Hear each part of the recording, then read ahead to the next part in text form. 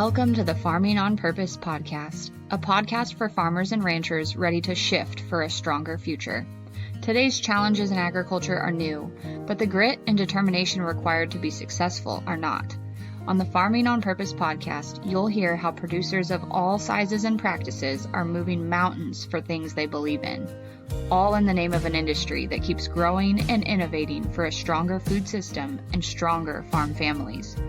I'm your host, Lexi Wright, and I'm excited to discuss where producers are finding success, challenging the status quo, striving for better, and keeping our heritage alive, all while producing the food we depend on.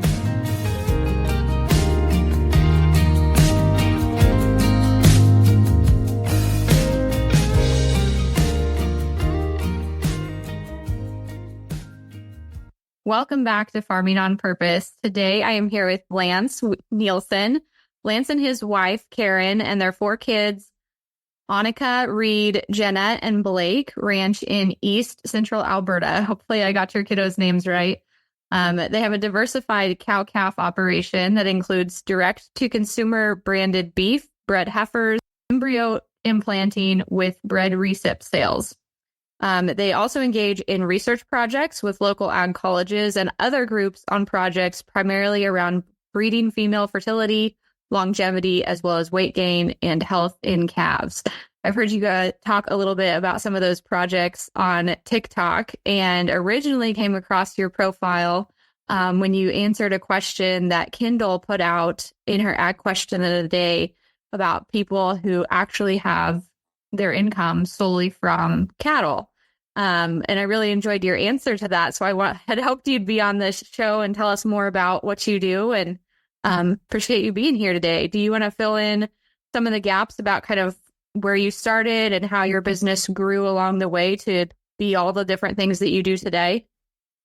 Sure. Well, thank you for having me. I appreciate the invite, and I don't actually remember exactly what my answer was to her, but I'm sure I could probably replicate it in this conversation here. But yeah, it's I think we are a bit of a unique operation. We're not very big, right? We have about 200 cows, and that is our sole income is cattle. So, for it to be your sole income, 200 cows is not that much. So the things we like to, I've always been driven not to sell things as a price taker. I always wanted to be more of a, find a more value added way to sell whatever product we're selling, instead of just hauling to the auction mart and taking and, hoping and praying on that day that it's a good sale. So, we've worked towards that. So, my wife and I both grew up on farms. She did not grow up on a cattle operation. She was a straight grain operation, a little bit northern Alberta. And I grew up on a cattle farm. And so, yeah, obviously both very familiar with the farming life our whole lives. So, yeah, we probably started like most people do. We actually met at a college, an agriculture college here in Alberta. Olds College is the name, and it's we met in an agriculture business program and ended up getting married a couple days after we ended classes and started our life together. And that included working in town, living in town for 2 years, and then buying a small place outside of town, having a few cows, and just building from there. So I think that's a pretty typical story. And fortunately, we're able to translate that into being full-time now and have another sole income source. I think you're right. It is definitely a typical story. The one thing people, I think, worry about when they're in the middle of that is, will we ever get past this point to be closer to that full-time ag income? And you guys have done that. When you guys started out pursuing that, was it just a really slow growth, or was there anything that kind of helped really kickstart for you guys? I think I've always kind of thought I was 10 years behind where I should be. And maybe a person always thinks that. I think we probably went too slow for a bit, just because a person's probably scared or the, land's expensive no matter where you are, and taking that leap to buy that land. And And, it's a scary thought sometimes I always want to be cautious. There's always that no man's land where you are not full time, but you're addicted to that, that 2-week paycheck. And so you're just working yourself to death. And then we had 4 little kids in that, in those 10 years when your kids are really little. That's tough, right? You have to still spend time with your family, and there's obviously a lot of stress, especially on the mom. And so it's tough. It's tough to work 24/7 like you need to if you're trying to make that transition. So it probably went a little slower than I wish it did. But I guess there's no set time frame, which it happens when it happens. So we're both in our 40s now, and who's to say that's wrong? Who's to say that we should have accomplished this by 30? You get 35, you put those stresses on yourself. So, for your listeners, if you're 30 or you're 40 or 50, does it really matter? It's not a race with anybody else, as long as you're doing what you're comfortable with and enjoying what you're doing in that moment. So that's great insight. It's definitely easier to say that, I think, when you look back, but in the moment it feels so stressful. Like you said, we put those pressures on ourselves to get to that point that we want to be. But a lot of times that timeline is at least slightly out of our control. When you guys were moving from in town to your small place that you had got set up there and had a couple cows, what were you focusing on during that time to set yourselves up for the future? Oh, at that time, we're more, that's when our kids were just being born. We had our first daughter was born when we still lived in town. And then the other 3 were born on that smaller place there. And, that was just the biggest driver, for ourselves and for our kids. We did not want to have a family in town, right? So, that first 10 years is just, we're happy. We end up, building up from, I think we ended up having about 40 mother cows or so there by the end of it. But, building from say 20 to 40 in that time frame, and being aware you can really spend a lot of money and not make any profit, in those situations. So trying to stay aware that we're just not spinning our wheels and working for the sake of working. And, it was just a driving force, just to at least get ourselves established, so we're not raising our family in a city or in a town. Yeah, it sounds very similar to the experience my husband and I had. And when you're in that 20 to 40 cows range, we always joked that, the inputs to raise that many cows is almost the exact same as it is to raise 100 cows other than feed. So it feels a little bit like you're biting the bullet and getting all that infrastructure set up, hoping that you'll be able to grow. But the numbers are really hard to make work when you're that smaller size. You spend so much money, at least we did. You spend so much money in transportation to, you end up being a tenant grazer. And so you're hauling cattle all over the place. And those things cost a lot of money. And you're doing it because you like the lifestyle. And you're doing it because you have, a dream, obviously, of being bigger and being this full time. But it's very, very, very easy to get yourself into a spot where you're working a lot for zero return, just because you're spending it all in feed costs or transportation or all those traps. Yeah. One comment that you made, I think, when you talked about how you guys got to where you're at now, is that the short answer was the money came from the bank. And you guys purchased the place that you're at. You purchased the equipment. You bought what you needed to have. It wasn't like a intergenerational farm thing. And folks who are maybe getting into agriculture and starting their first operation, it can be very discouraging to see folks at that level succeeding at that when they feel like they can't figure out how to turn that corner. And I think you mentioned like making some money is the best thing that you can do when you're at that point, which of course it sounds so obvious, but do you want to talk a little bit more about what you mean by that? kind of, yeah, it's hard to make money. You can generate revenue, but it's hard to actually make profit, right? And that's the number one thing. And that's kind of what I've already alluded to a couple of times in just this last 2 minutes as well, is you can work really, really hard. And that doesn't mean you're making any profit, right? And that can get so discouraging.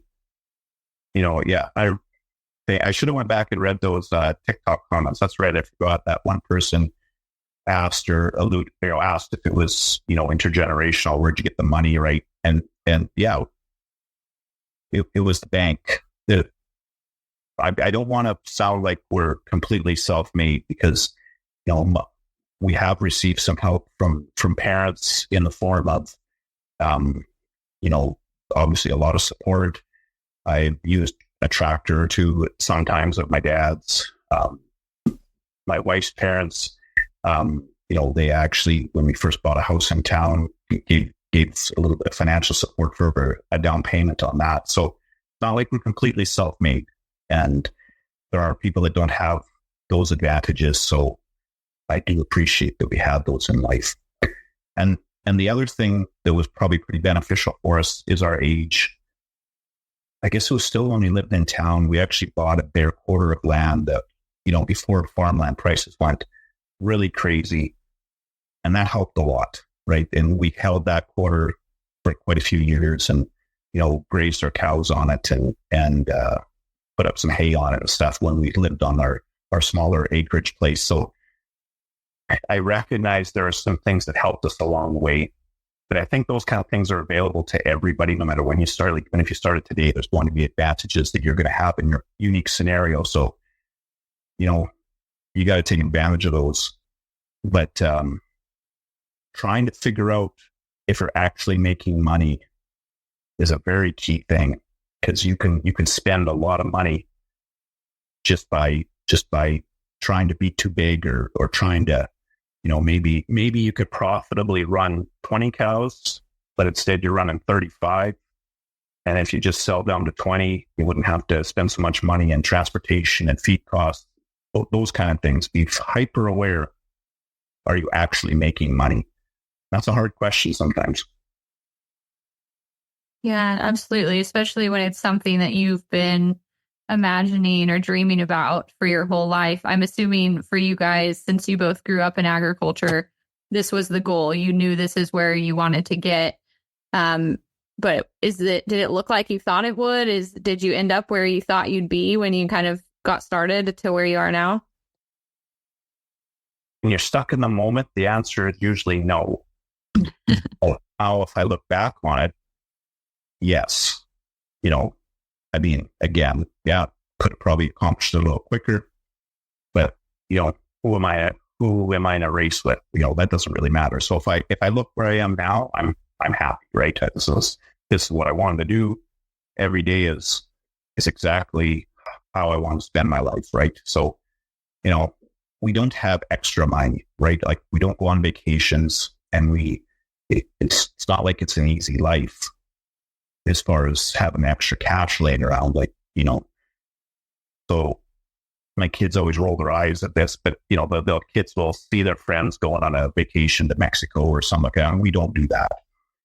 And I'll just say, kids, like, every day is our vacation, right? We live in a vacation. And it's true for me. I don't know if the kids believe it necessarily every day, but I doing exactly what I want to do.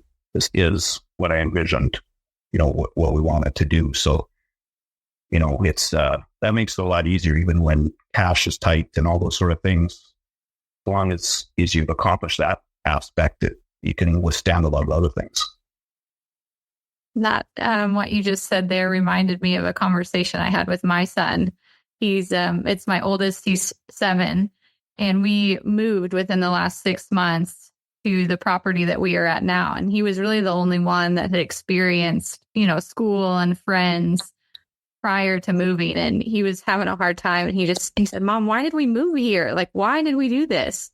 And I said almost exactly what you just said. This is what we wanted to do. Like, this is our dream, that we wanted to be here and be able to do this. And I don't know if he fully understood it, but I think it did make a little bit more sense to him that, like, oh, this is like this is where we wanted to go. We didn't just move for fun or something, as 70-year-old kids think. But I think kids I think they appreciate it in the moment, maybe more than we realize, even if they do say things like they wish they could go on a vacation in Mexico or something. But I think they'll definitely appreciate it, when they're in their 20s and thinking about their life and, starting to establish themselves in their own life. They'll realize that, I think, that gift that was given to them. Yeah, definitely. We hope so, at least, right? Hopefully, yeah. Yeah. Well, kind of going back to you guys' story and how you grew your operation to be the size that it is now. You talked about on that TikTok that you guys do several different things, and you're actually pretty diversified while still completely focusing on cattle. Most people, when we think about diversification, we think about other things in addition to cattle. So how do you guys do that? How does it work for you?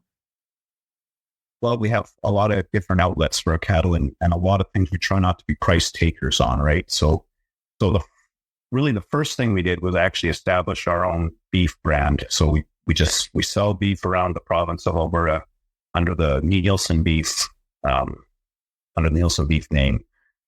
And that has went quite well.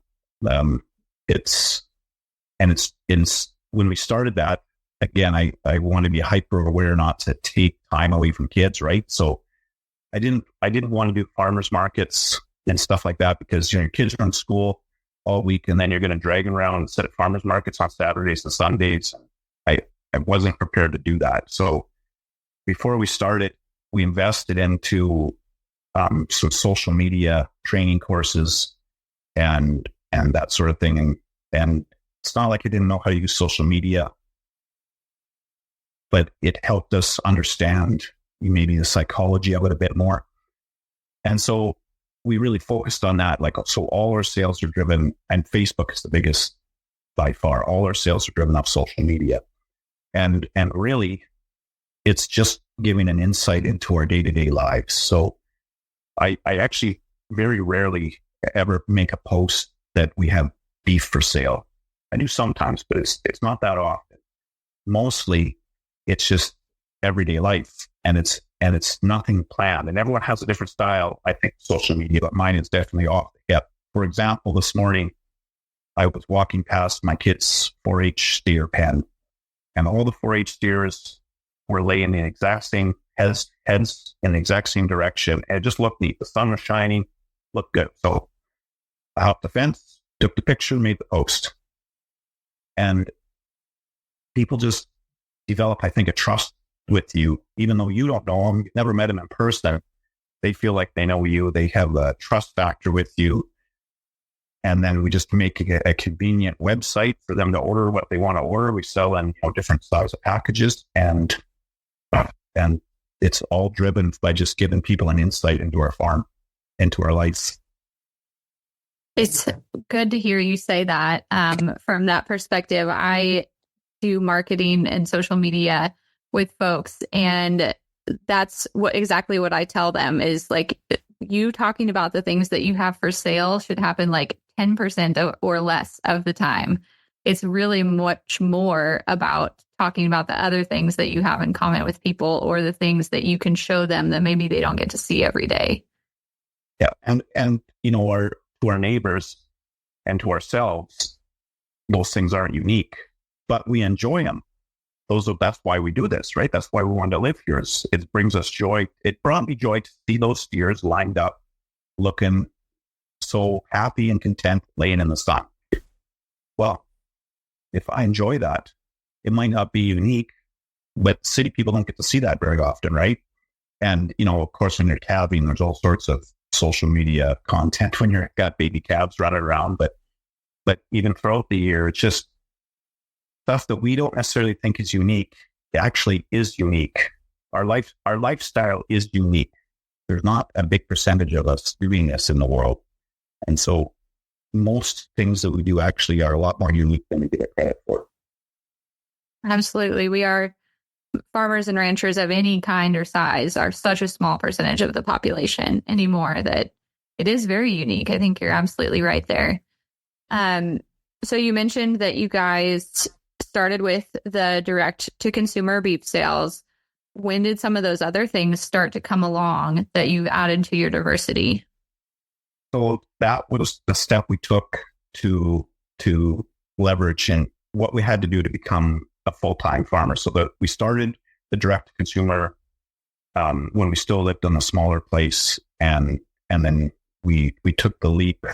And it's not like it's a straight path either. It's not a straight path at all, right? You can look at it now and you can see, okay, we went from here to here, but it was not straight, right? So the bred heifers, I actually have always wanted to do that. Like I grew up in a bit of a purebred operation where we showed cattle and we traveled across, and we even went into the US and to some shows and that sort of thing. And I always liked the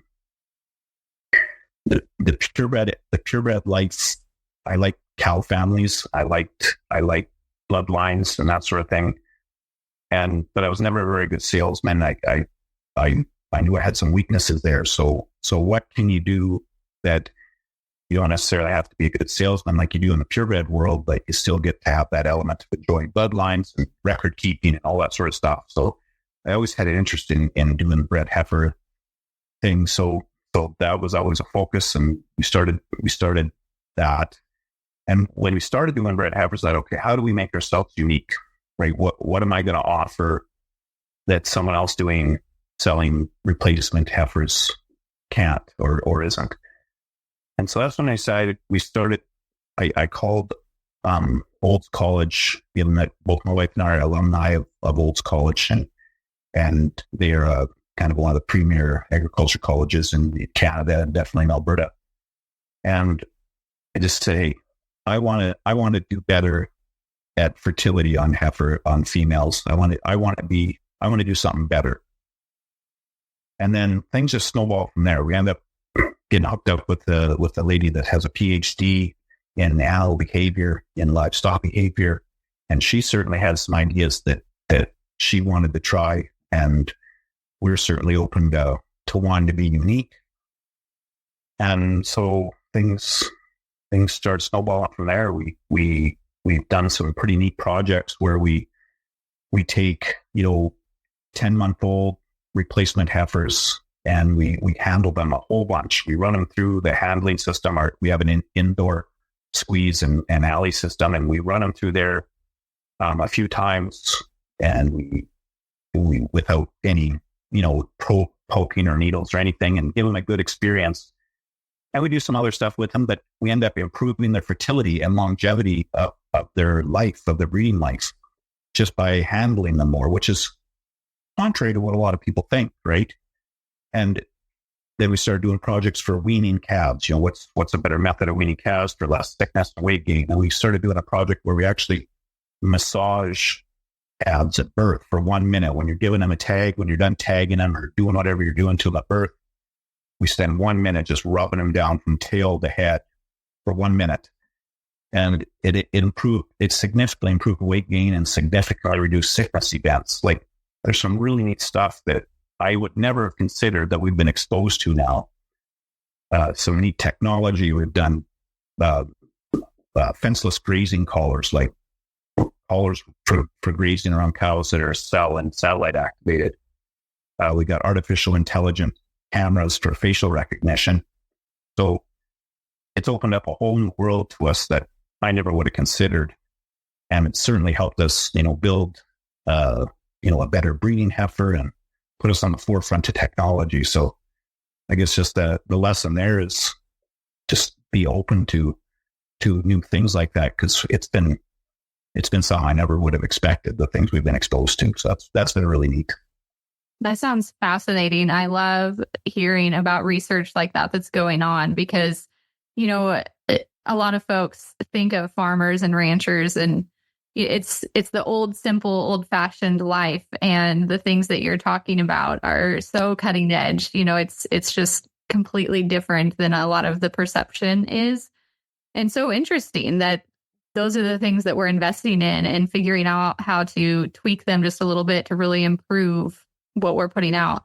So you mentioned that those weren't necessarily things that you had thought of. So was the university coming to you guys with these ideas for projects and you were just happy to provide the setting for them to happen? Or how did that relationship kind of take off?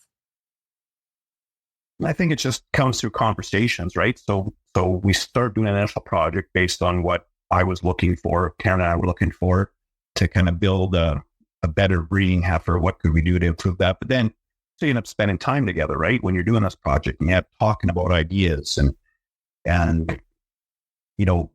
things just end up snowballing from there, right? Things like, oh, well, I've seen a study about this in another country, and oh, really? So I can't pinpoint exactly, for each one and who brought it up first and who got talking about it more, but it's just something that it becomes almost a little bit addicting because you realize, well, this had an effect. What we did here did have an effect. Well, what if we added this? And what if we did it this way? And it's pretty neat. It's like and we try to focus on things that don't cost any money. The grazing collars and the facial recognition cameras, those cost money. They're cool, really cool. And everyone loves shiny technology, including me.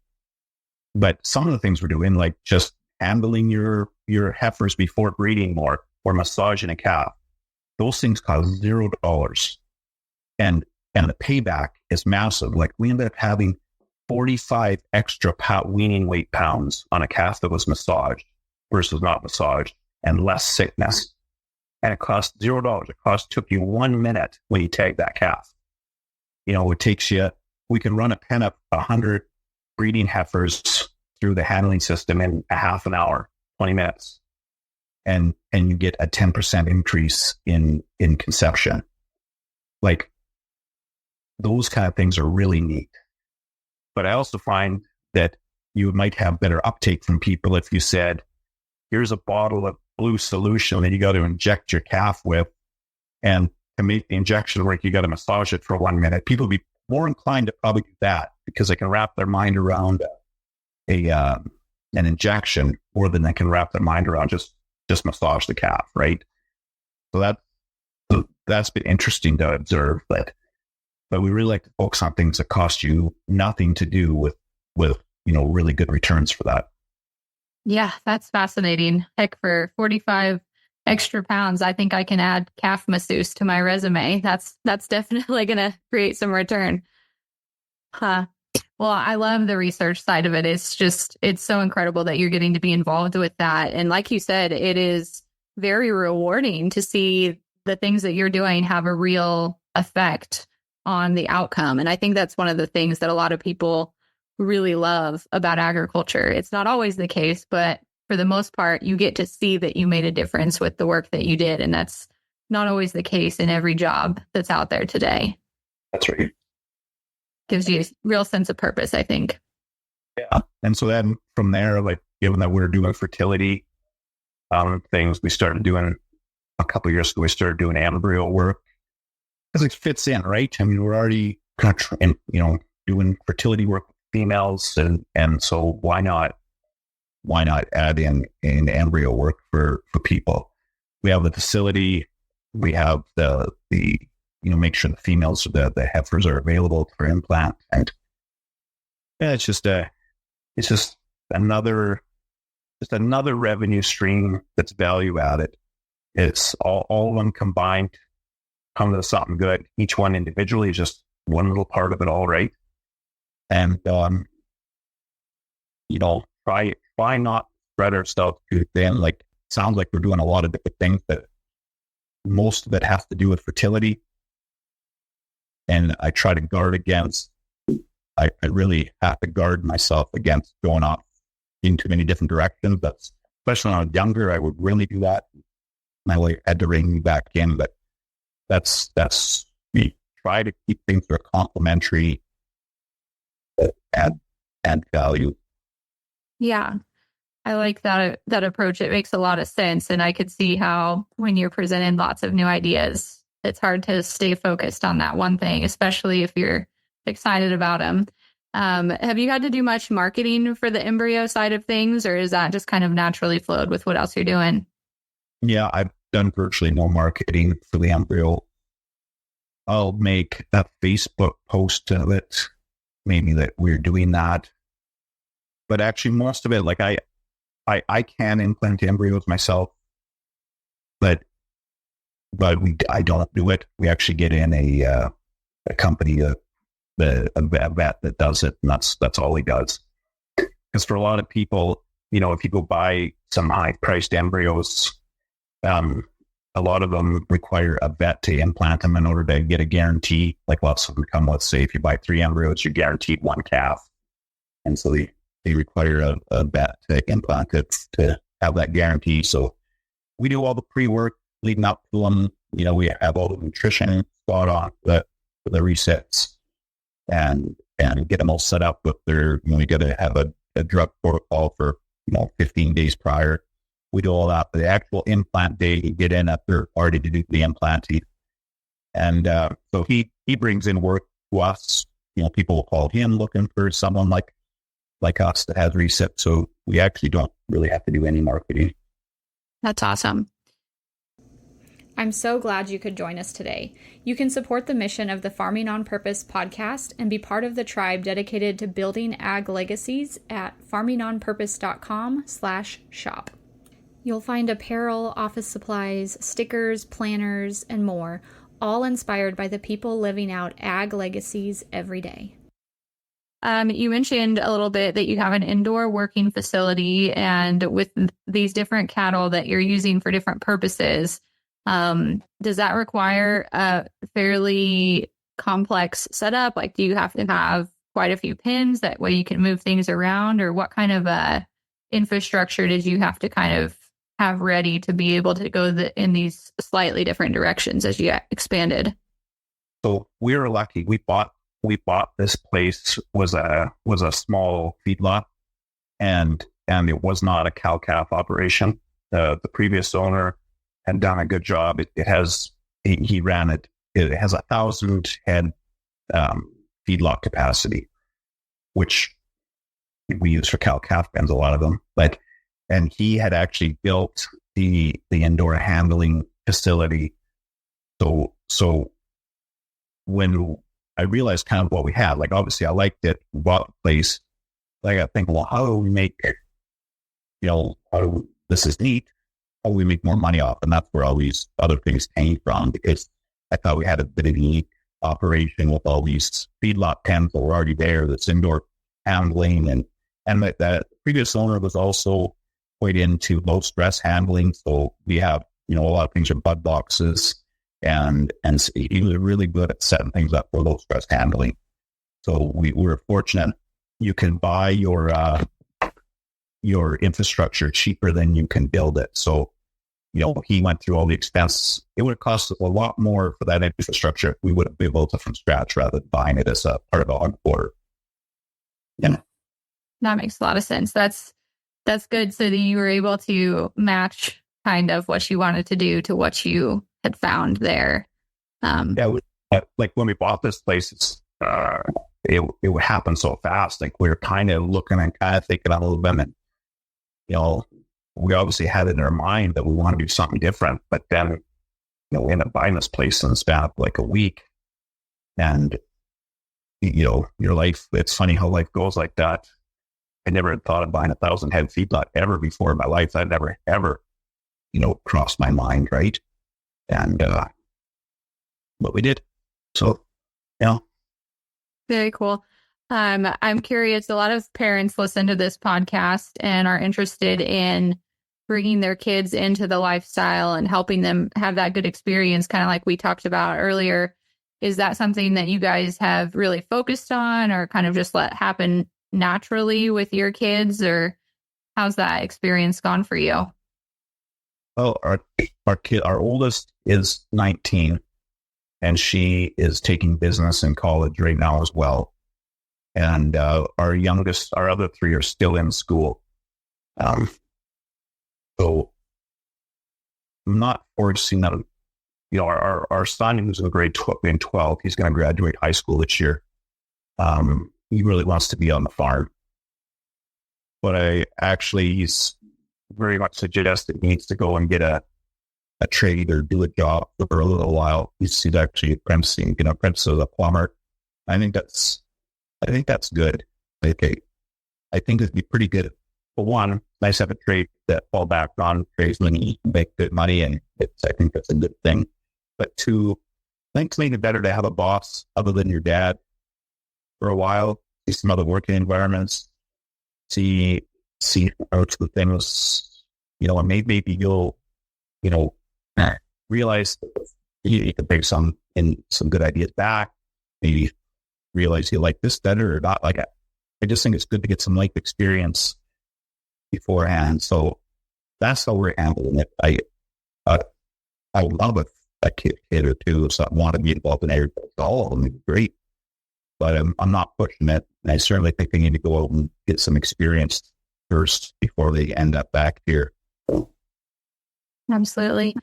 I love hearing people's different approaches to that. So thank you for sharing what you guys are doing and what you're seeing, how it's going. Maybe we'll have to check in here in a couple of years and see what's gone on since then. But a couple other questions I had for you. How do you guys approach feed? Is that something that you're able to put up yourselves on your farm, or do you have to source a lot of that? How's that work for you? So we've been in a pretty severe drought for 3 years now, and that has not been easy. So we actually, 3 years ago, we started growing corn, and we're a long ways north, sitting in Canada. Corn genetics have come a long ways in the past 5 to 10 years. And corn has really saved us the last 3 years to allow us to be pretty close to self-sufficient for feed. This year we were, even in spite of very severe drought this year, we were self-sufficient for feed. And that was a combination of things. We actually cut down on our numbers and getting better at growing corn and that sort of thing. So that's been nice. And that was a goal, completely self-sufficient in our feed source. But previous to that, we'll source some from different people. You have good relations with your neighbors, right? Be good. And, we've been fortunate to have some good neighbors that, you'll drop straw for us and you bale it or whatever, right? So, I would love to have another couple 100 acres of grain land so I can be completely self-sufficient in every year, but that'll come. That's another stage of it. And that'll come that, it sounds funny. People listen to this in the U.S., corn is a new frontier for us here. Just because genetics have really changed a lot. We have enough. They brought down the growing phase to low enough for us, so that it's quite exciting. And I'm really enjoying that. And that's been a savior for us in the growing years for sure. Very cool. The other question I wanted to ask was about your equipment. You mentioned that you were able to buy the infrastructure that you needed instead of building it, which saved you. What's your approach been to equipment that you needed? And I have to tell you, I asked this because I was showing my husband some of your TikToks to see if he had any questions he really wanted me to answer or ask you. And he saw your pull behind combine that you have that he was just fascinated by. So I was like, I got to ask him about his equipment. Yeah. So we don't have a lot of dollars invested in equipment. So a couple things we did so when we bought this place, we actually bought it turnkey. We actually bought it with 500 head of grass or cattle out on grass. We bought this place. The transaction took place, I think, July 1st was the possession date. So we bought it with 500 head of grass or calves out, and we bought all the equipment. And he didn't have much equipment either, actually. He was kind of that same philosophy, I suppose. So that was a help, right? We had a little bit of equipment previously from our smaller operations, so kind of cobbled together enough stuff. That is the total value of all our equipment is probably less than some people's one tractor, I suppose. But things like, we run an old type combine, and You can buy that for like $4,000. And, you can combine a couple hundred acres of cereals or whatever you do with it. Like, why would we go and spend 50,000 or 100,000 on still quite an old combine? Or I can just have this old full type and do my 150 acres of grain for $4,000. Like, yeah, it's not awesome. Well, it works. I don't think I've ever put $1 repairs into it, right? So those kind of things are important to do for sure. Yeah. And seeing equipment like that people are using is just, it's so cool to see not only like how far equipment has come, but that equipment was made to last. Like it was built in a really economical way, I guess, or an efficient way that you guys are still able to use that. And kind of cool to see equipment like that being used. Well, it's the same size like that. So the people listen or whatever, it's a John Deere 7721 full type combine. And so it's kind of the same capacity as those 9,500 John Deeres that you'd go buy that were, say, 1990, somewhere in there to 98. I think they were made somewhere in there. They're very similar capacity. So, it's not like you can't get work done with them. Yeah. They're simple, motor, it's just, and then actually in TikTok, I didn't realize this, but there's quite a community of that full type farmer community in there. So you go and post a picture of yourself combining with a pull type combine, and then all your pull type community enjoys it, and you get to see other people's older pull type equipment. It's kind of fun actually to see all those things. Yeah, it is. I love that part of TikTok, that for one, there's a lot more men on TikTok that are posting things like that you just don't see very commonly, like on any of the other social media platforms. And I don't know what it is about TikTok that created that or made that happen, but it's pretty cool. You get to see a lot of things that you just don't really see on any other social media channel.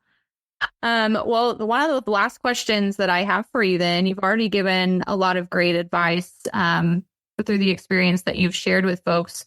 Is there any other advice that you would give to someone who's looking to grow their operation to the point where they can take it full time, or who maybe is in that hard part where they're small and trying to just keep things going so that they can grow? I'd say without a doubt, the two things that have been the biggest factors for us is selling beef direct and the research projects that we do. Without those two things, I don't think we would have made it.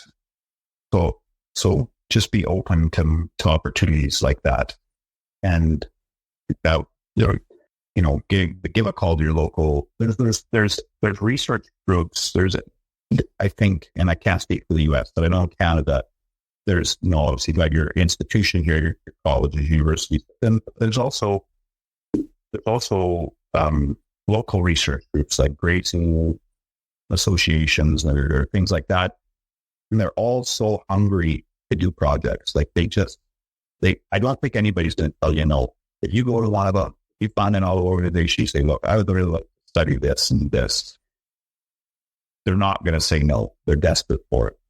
And so it opens up doors and opportunities for you that you don't really, think available right now. So that I would really suggest that. And then, for the direct consumer lead sales, don't cut yourself short hard enough for it, right? You have a unique product, you have a good product. You're selling a product that is dry aged, whereas everything you buy across the counter is not. So right there, you have a competitive advantage, and you have a story, and you have your family. If you're in that phase where you have kids that are still at home, that's just gold. Like, people want to see a nice family, what they love. Just show your life because you do love it and you have a nice family. Just be yourself in your style. Your style is not going to be my style, and it's not going to be that person's style. Just be yourself. Let your personality show things you're interested in. It'll come through, and you'll gain your people towards your customers that way, and they'll appreciate you. Great advice. Last question I have for you then is there anything that you think about or that you see happening in agriculture in your research that you guys have been doing, or just in trends that are happening in food lately that you think people should be paying more attention to, or that we should be addressing a little more seriously? Yeah, there. Obviously, I think there's a pretty hard push for beef to be out of the diet, and I'm not saying they're going to be successful. I don't think they will be, and I don't even know who they are. I don't even know why they want beef out of the diet. It makes no sense to me. Whether we're talking reasons for climate change, alarmism, and beef, cattle are the solution to a lot of problems. So I think still the best defense is just to be out there on social media, show that you see the narrative. They try to, whoever they are, is trying to push the fact that, it's all corporate farms, the evil word corporate. I don't know what that means, to be honest with you. I don't even know what, there isn't that many corporate farms as far as I know. I don't even know what that is necessarily. Most of them are just family farms. Some are big, some are small, but we're all just still family farms. So get your story out and show that you're not part of this boogeyman that seems to be, that image is made up out there. I think that's our best defense. And so, yeah, it's concerning to me how far there's a push against beef and farming in general. It seems like, if you look at what's happened in Europe, but just get active on social media and show the good stuff.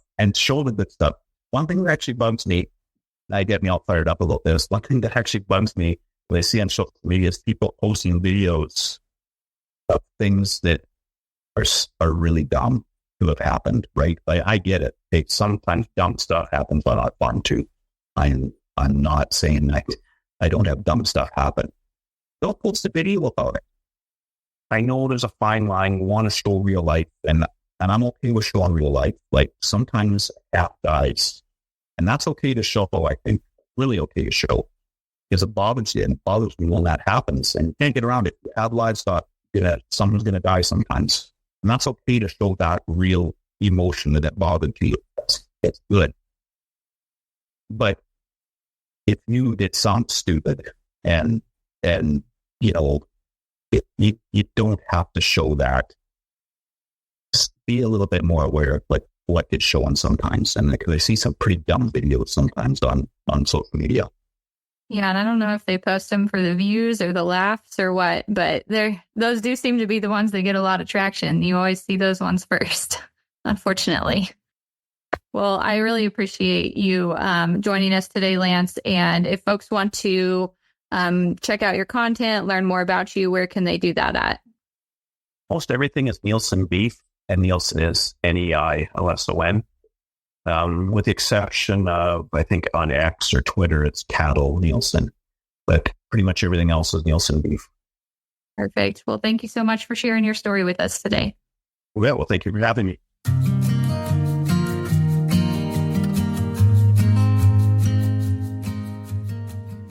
If you've enjoyed spending time with us today, please take a moment to review the podcast on Apple Podcasts or join the conversation on social media.